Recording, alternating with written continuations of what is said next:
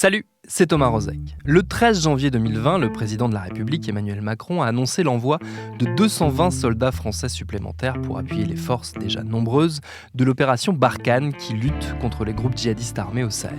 Une décision qui signe la poursuite de ce qui est pour l'heure la principale mission militaire extérieure de notre pays, et ce depuis plusieurs années. Car si l'opération Barkhane a débuté en août 2014, elle n'était en réalité que le prolongement d'une histoire qui avait démarré plus tôt. 18 mois plus tôt, le 11 janvier 2013, le jour où la France est entrée officiellement en guerre au Mali.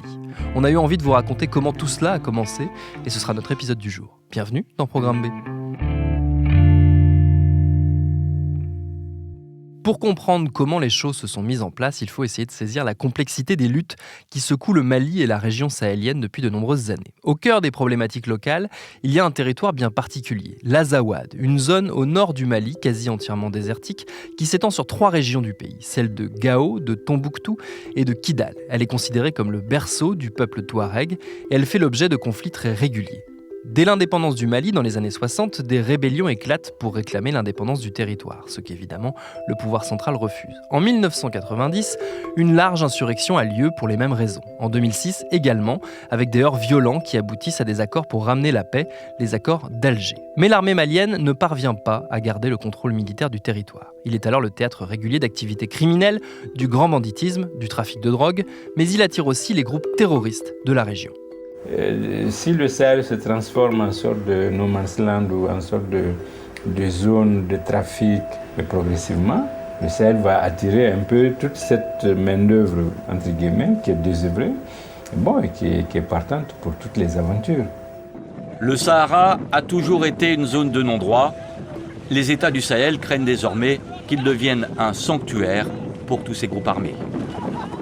Parmi eux, AQMI, Al-Qaïda au Maghreb islamique, qui en fait l'une de ses bases de repli, profitant au passage des trafics locaux pour se financer et utilisant également les lieux pour dissimuler certains des otages européens qu'elle enlève en Afrique de l'Ouest et au Maghreb. La cohabitation avec les groupes de combattants touaregs sont d'abord houleuses, avec quelques accrochages. Puis une forme de cohabitation s'installe. Avec l'armée malienne, si officiellement le pouvoir est en lutte contre les groupes djihadistes, les opérations sont rares, en tout cas jusqu'aux années 2010, où le gouvernement malien, allié à son voisin mauritanien, commence à se montrer plus actif, sans parvenir pour autant à chasser les islamistes.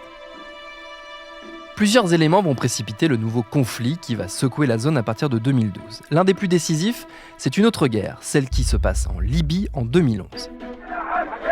Février 2011, les Libyens descendent dans les rues de jour comme de nuit. Un seul mot d'ordre, Kadhafi, dégage. C'est à Benghazi, la deuxième ville du pays, que le vent de révolte souffle en premier avant de gagner Tripoli. Ce soulèvement, Kadhafi entend y mettre fin par le sang. Dirigé depuis plus de 40 ans par le colonel Kadhafi, le pays est en proie à une révolution à partir du mois de mars, au cours de laquelle s'affrontent les forces restées fidèles au dictateur et ses opposants. La guerre est déclenchée et le pays divisé. Benghazi, berceau de la révolte, est la première à voir se hisser le drapeau de la nouvelle Libye. Même si beaucoup de gens ont essayé de nous rassurer aujourd'hui dans les rues de Benghazi pour nous dire que la ville était en sécurité, la rébellion sur la côte est de la Libye ne sait tout simplement pas à quoi s'attendre de la part du régime Kadhafi. Désorganisée, la rébellion ne semble pas en mesure de rivaliser avec l'armée régulière et les mercenaires africains. Le guide libyen promet la guerre civile, il l'assure, il ne se rendra jamais. Une insurrection réprimée très violemment qui reçoit le soutien d'une partie de la communauté internationale, notamment la France par la voix du président de l'époque, Nicolas Sarkozy. Mesdames et messieurs, dès hier, la France, le Royaume-Uni, les États-Unis et des pays arabes ont adressé au colonel Kadhafi l'avertissement suivant. En l'absence d'un cessez-le-feu immédiat, nos pays auront recours à des moyens militaires. Persuadé qu'un massacre est sur le point d'avoir lieu, l'ONU vote une résolution qui permet une intervention militaire. Celle-ci va se conclure par la chute du régime de Kadhafi, qui sera tué au passage, mais aussi et surtout par une forte déstabilisation de toute la région. La conséquence pour le Mali, c'est le retour de nombreux combattants touaregs engagés dans l'armée libyenne. Cet apport en soldats expérimentés chargés de tout un arsenal va favoriser l'émergence d'un nouvel acteur militaire dans le nord du Mali, le Mouvement national de libération de l'Azawad, le MNLA, issu de la fusion de plusieurs groupes touaregs. Dès sa création en octobre 2011, ses revendications sont claires, l'indépendance de la région. Au terme de négociations longues, parfois difficiles, les islamistes d'Ansardine et les Touaregs laïcs du mouvement de libération de l'Azawad sont tombés d'accord. Les MNLA et Ansardine ont décidé dans un premier temps de se battre pour l'indépendance de l'État de l'Azawad. Ce que le gouvernement malien n'a pas vu venir, c'est l'union des forces entre les indépendantistes et les groupes djihadistes. Le MNLA s'associe en effet à la fois à Al-Qaïda, mais aussi au groupe salafiste Ansardine et au Mujao, une autre organisation armée djihadiste. Ensemble, ils déclenchent le 17 janvier 2012 une nouvelle insurrection dans le nord du Mali. Ils attaquent d'abord la ville de Ménaka, dans la région de Gao, puis s'en prennent à Tessalit et Aguelhok, dans la région de Kidal. À Aguelhok, les combats sont très violents. Certaines ONG, dont Human Rights Watch, parlent de massacres. Plus de 150 militaires maliens auraient été exécutés. Tout au long de l'hiver 2012, les affrontements vont se multiplier. Des villes sont attaquées, assiégées, conquises, parfois reprises par l'armée malienne, puis reperdues. Le conflit semble s'enliser. Mes chers compatriotes, considérant l'incapacité notoire du régime à gérer la crise qui sévit au nord du Mali, le CNRDR se réclamant des forces armées de défense et de sécurité du Mali dans l'ensemble de leurs composantes, a décidé de prendre ses responsabilités en mettant fin au régime incompétent et désavoué de M. Amadou Toumani Touré. En conséquence, la Constitution est suspendue jusqu'à nouvel ordre. Toutes les institutions de la République sont dissoutes jusqu'à nouvel ordre. Un gouvernement inclusif d'union nationale sera constitué après consultation de toutes les forces vives de la nation. Vive le Mali, vive le CNRDR. Je vous remercie. Tout change à la fin du mois de mars 2012, lorsqu'une tentative de coup d'État éclate à Bamako, la capitale malienne. Un groupe de militaires, le Comité national pour le redressement de la démocratie et la restauration de l'État, renverse le président en place, Amadou Toumani Touré. Le motif, c'est justement le conflit dans le nord du pays. Il est accusé de ne pas assurer l'intégrité de l'État. Chassé du pouvoir, il accepte finalement de démissionner, début avril, et de céder sa place au président de l'Assemblée nationale, Dioukunda Traoré. Tout ça, évidemment, accélère la désorganisation des forces maliennes engagées dans les conflits contre les groupes armés. Ces derniers passent à l'offensive et remportent des victoires décisives. Ils prennent successivement Kidal, Gao et Tombouctou, les principales villes de la région abandonnées par les militaires. Résultat, le 6 avril 2012, le MNLA proclame officiellement l'indépendance de l'Azawad. Un État islamique proclamé dans le nord du Mali. La rébellion Touareg et les islamistes du mouvement Ansar ad-Din ont annoncé samedi leur fusion dans la région de l'Azawad, qu'ils contrôlent depuis 2 mois. Leur protocole d'accord reconnaît notamment le Coran comme source du droit. Il annonce la création d'un conseil transitoire de l'État islamique de l'Azawad. L'union entre indépendantistes et djihadistes ne dure pas bien longtemps. Au bout de quelques semaines, des conflits éclatent, notamment du fait de l'application de la charia, la loi islamique, de manière très stricte dans plusieurs zones contrôlées par les djihadistes. Des tentatives de médiation ont lieu mais sans succès. Les affrontements meurtriers se succèdent et les choses ne tournent pas à l'avantage du MNLA qui graduellement va perdre de l'influence sur le nord Mali. Il va se retrouver marginalisé par les groupes islamistes qui deviennent les véritables maîtres de la région. 10 secondes, 9, 8, 7, 6, 5, 4, 3... Il est 20h et c'est donc François Hollande, le 7e président de la 5e République, 51,9% des voix. C'est dans ce contexte de guerre civile que la France change de président de la République.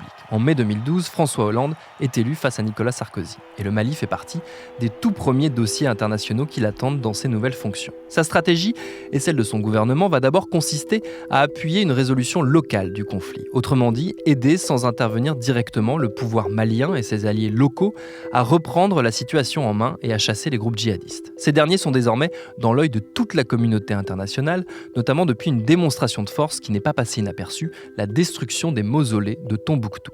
Ces édifices, qui datent du XVIIe et XVIIIe siècle, sont connus mondialement. Érigés en l'honneur de centaines de saints musulmans de la ville, ils abritent notamment les manuscrits de Tombouctou, parmi les plus anciens ouvrages connus du monde afro-musulman.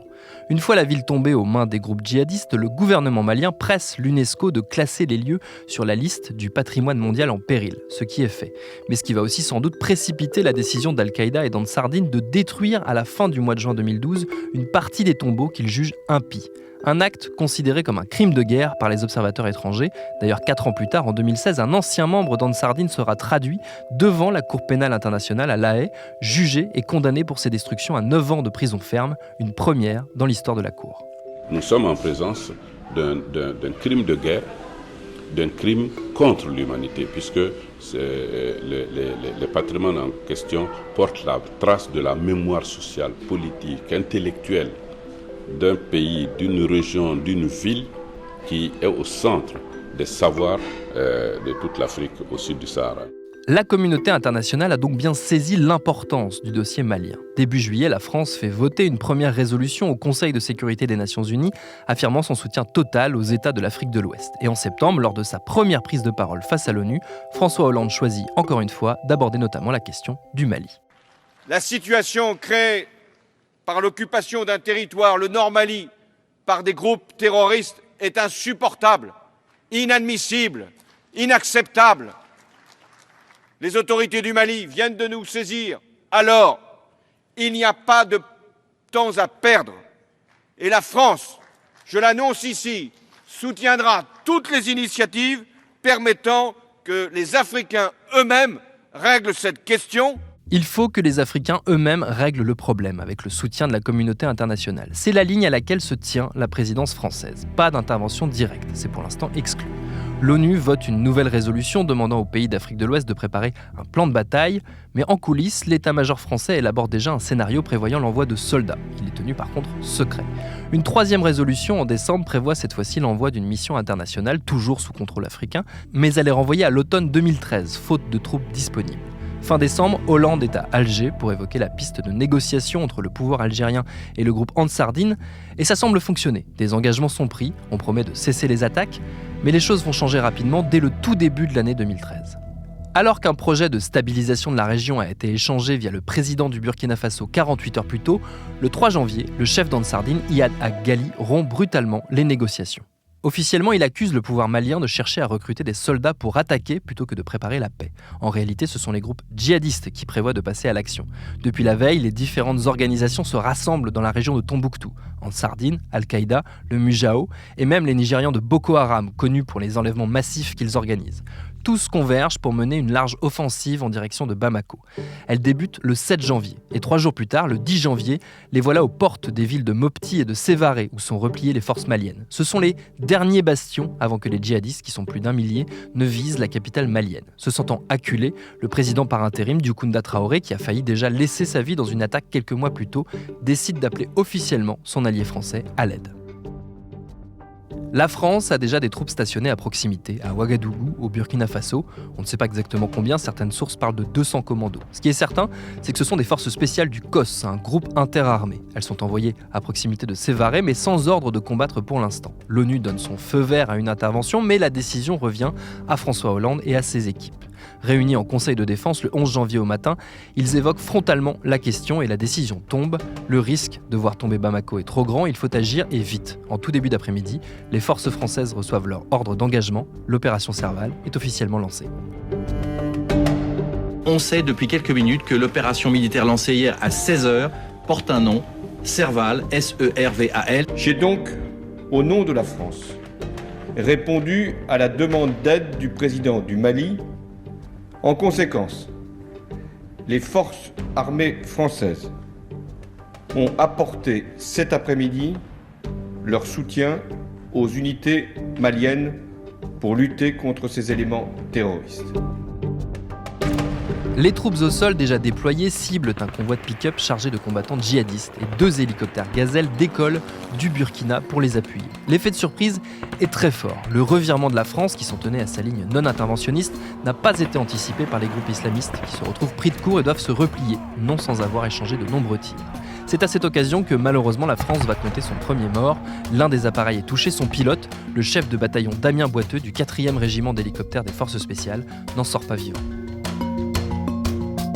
Épaulés notamment par l'armée tchadienne, plusieurs centaines puis plusieurs milliers de soldats français sont déployés. Plus de 4000 sont impliqués au plus fort de l'opération Serval.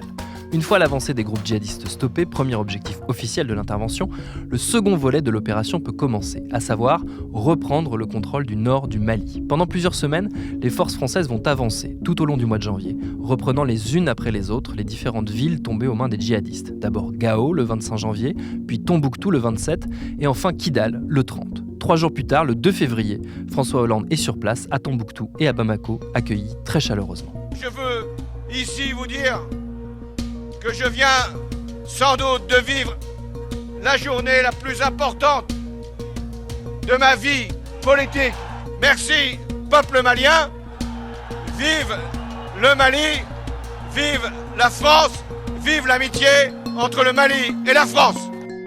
Si ce premier mois d'intervention a tous les atours du succès opérationnel et politique pour François Hollande, qui gagne un crédit de chef d'État non négligeable sur le coup, la réalité sur le terrain est plus nuancée. La menace djihadiste au Sahel est tout sauf terminée. Les groupes, qui n'ont eu de cesse de muter et d'évoluer au gré des jeux d'alliance, notamment avec l'émergence de Daesh, continuent d'opérer dans la région et de faire planer le risque de nouvelles attaques. D'ailleurs, le côté protéiforme et difficile à saisir de cet adversaire au visage multiple, qui rend le conflit dans le Sahel si long et si incertain, nous y consacrerons tout prochainement un épisode pour poursuivre cette réflexion.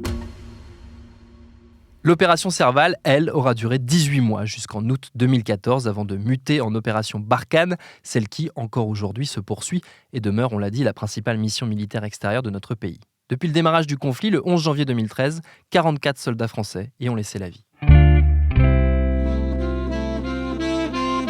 Merci à Itel El-Madani d'avoir réalisé cet épisode de Programme B qui, comme vous le savez, est un podcast de Binge Audio préparé par Lauren Bess. Abonnez-vous sur votre appli de podcast préféré pour ne manquer aucun de nos épisodes, Facebook et Twitter pour nous parler, et à lundi pour un nouvel épisode.